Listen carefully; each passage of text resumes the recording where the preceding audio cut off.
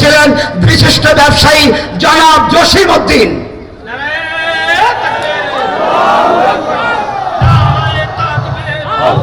আমাদের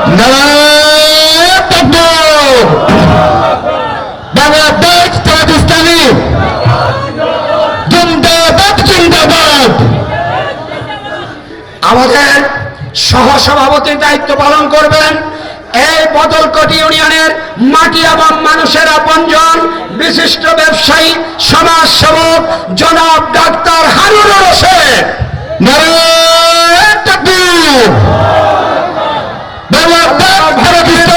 আল্লাহ আমার ভাইকে তুমি এই জাতির খেদমত করার জন্য তৌফিক দান করো। আমি টিম সদস্য আমরা ঘোষণা করলাম না, এখন ওয়ার্ড পর্যায়ে কিছু দায়িত্বশীলের নাম ঘোষণা করছি। 1 নম্বর মানিকপুর ওয়ার্ড, যাদের নাম আমি ঘোষণা করব, প্রিয় ভাইদেরকে স্টেজের সামনে সারিবদ্ধভাবে দাঁড়ানোর জন্য অনুরোধ করছি। যে যেখানে আছেন খুব দ্রুত আপনারা চলে আসবেন।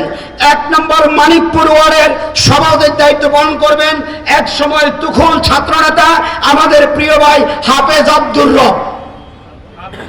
এরপরে সহসভাপতির দায়িত্ব পালন করবেন জনাব লুৎফুর রহমান।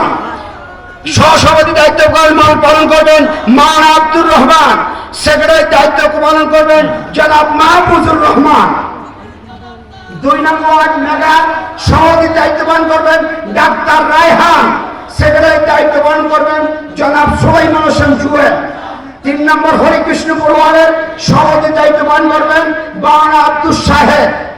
সেক্রেটারির দায়িত্ব সহসভাপতির দায়িত্ব পালন করবেন জনাব কামাল হোসেন। 4 নম্বর রুদ্রমপুর ওয়ার্ডের দায়িত্ব পালন করবেন মাওলানা নূর হোসেন। সেক্রেটারির দায়িত্ব পালন করবেন ডাক্তার মামুন হোসেন। 5 নম্বর হীরাপুর ওয়ার্ড সভাপতির দায়িত্ব পালন করবেন জনাব মাওলানা ইউনুস পাটোয়ারি। সেক্রেটারির দায়িত্ব পালন করবেন জনাব ফজলুল করিম ফয়সাল। রাজ্জাকপুর 6 নম্বর ওয়ার্ডের দায়িত্ব পালন করবেন জনাব জাফর আহমদ।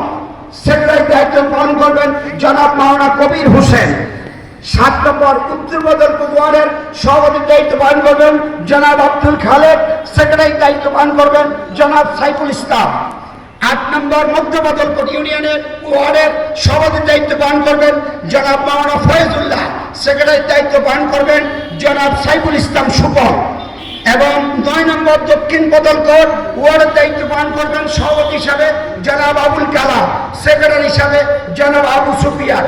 আমাদের ওলামা বিভাগের সভাপতির দায়িত্ব পালন করবেন মাওলানা মাসউদুর রহমান, প্রভাষক, করিহাটি সালমিয়া ফাজিল মাদ্রাসা। ওলামা বিভাগের সেক্রেটারির দায়িত্ব পালন করবেন জনাব মাওলানা আব্দুর রহিম। আমি আপনাদের সামনে যে কমিটি ঘোষণা করেছি, আপনারা কি এটাকে আন্তরিকভাবে সমর্থন করেন? কারা কারা সমর্থন হাত তুলে দেখান। আর এই মাঠে আরেকটা করে স্লোগান হয় নাই, আমরা একটু প্রাণ খুলে